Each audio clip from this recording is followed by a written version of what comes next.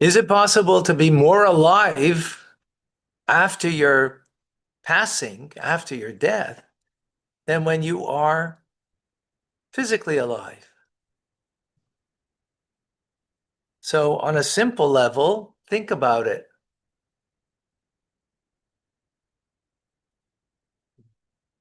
A person, God forbid, writes a note and says, life is too painful. No one cares. No impact I make.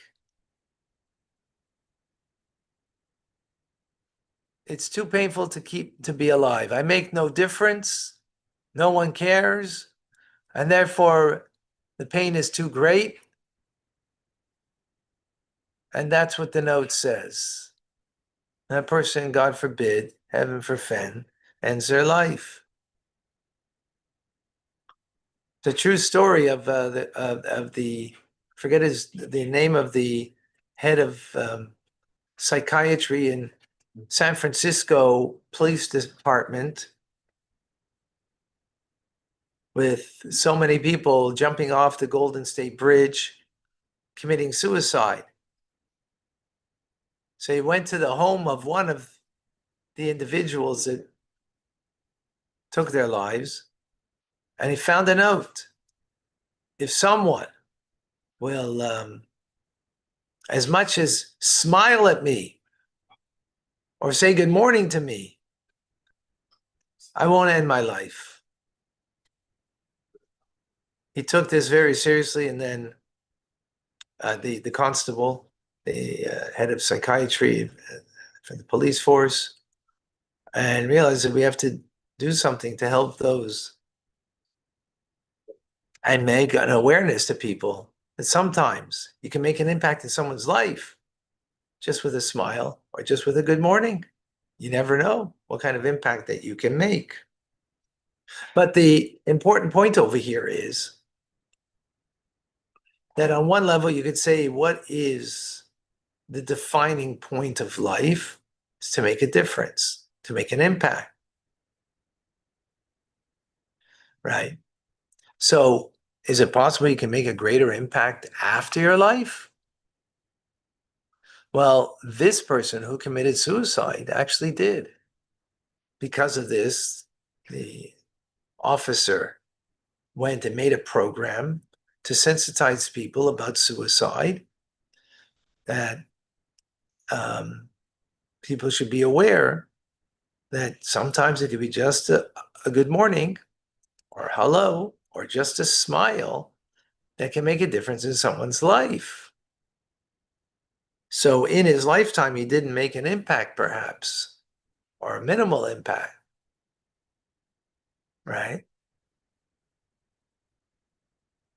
But after life, he made a great impact as a result. Now, that's on one level. How can we do that? Not for us.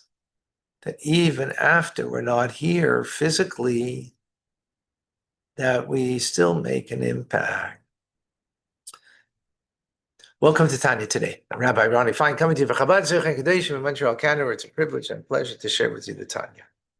We are in the 27th letter.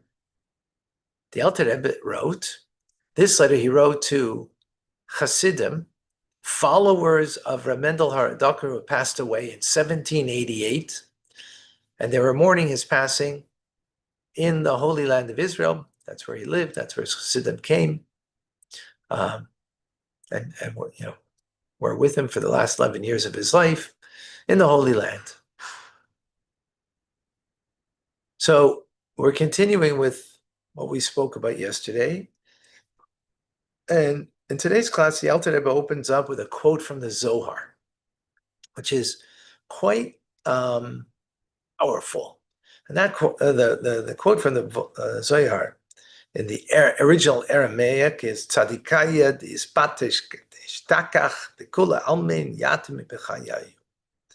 That when a righteous, a holy person, a righteous tzaddik departs from this world, they are found in all of the worlds more than during their lifetime. Wow. Now, naturally, what is the thought where they found more? In the spiritual worlds, right? In the spiritual worlds. Says the Alter Rebbe, no, it extends to this world too. This physical world, they are more accessible, more found than even during their lifetime. Wow. Now they're just a soul. When they were alive, they were a soul in a body. But they're actually more accessible, more found, more than during their lifetime. How so? Because their impact is continuing. Look at our Alter Rebbe. He passed away in 1812. He's still making an impact today. We're his students today. So you make an impact because the people that you inspired others, and brought into this world others, were inspired. So it continues, it grows. It's like a seed that's planted that grows into greater growth than what it was originally. Again, there's more people learning Tanya today than in the Alter Rebbe's times. That's phenomenal.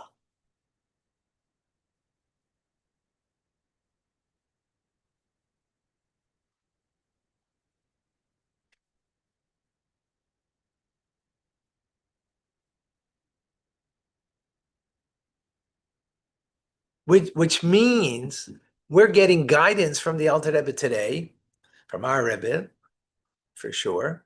But we're getting guidance from the righteous today. We're getting direction from them and benefit from them more than we would in their lifetime. Wow. Now, how is that so? How does that work? We're going to learn in tomorrow's class. But he's stating a fact now. You have more now than more guidance, more benefit than during even the lifetime of the righteous.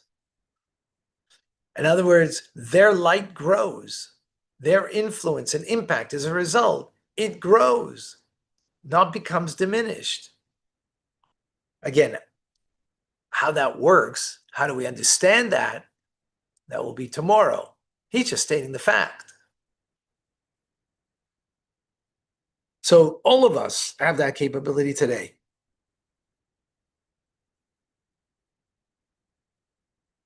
Which is unbelievable. Furthermore, he says, that's in holy activity that we have greater inspiration now, greater evolvement now, greater divine service now than even during their lifetime. But when it comes to mundane matters, also in others' material blessings, after their death, they shield us and protect us from negative things more than when they were physically alive. And when they're physically alive, they had great powers in this world. The righteous decree, God fulfills their decree. But that power is even greater after their life. Actually, it even states that if it were not for the prayers of the righteous that are not here in this physical world, the world would not be able to endure, even for a moment. Wow. So, as for us, the closer we are to the righteous, the more we gain from them divine protection, the more we gain from them in spiritual enlightenment and closeness and evolvement as a result. That's very powerful. I guess you see that is of Abraham or not. I see what's closer to Abraham. That is how we got protected by the angels. Yeah, Of the merit of Abraham. right. Yeah, yeah, good. Exactly. How powerful is that? Now, to understand that, we just, the Alter Rebbe made a statement now based on the Zohar, but to understand how that works, the workings of that, we'll engage in tomorrow. Right? Okay, so we get what was said, but how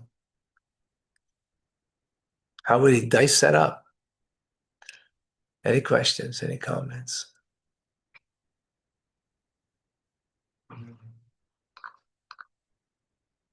I don't see any. Okay, Rambam is coming up then.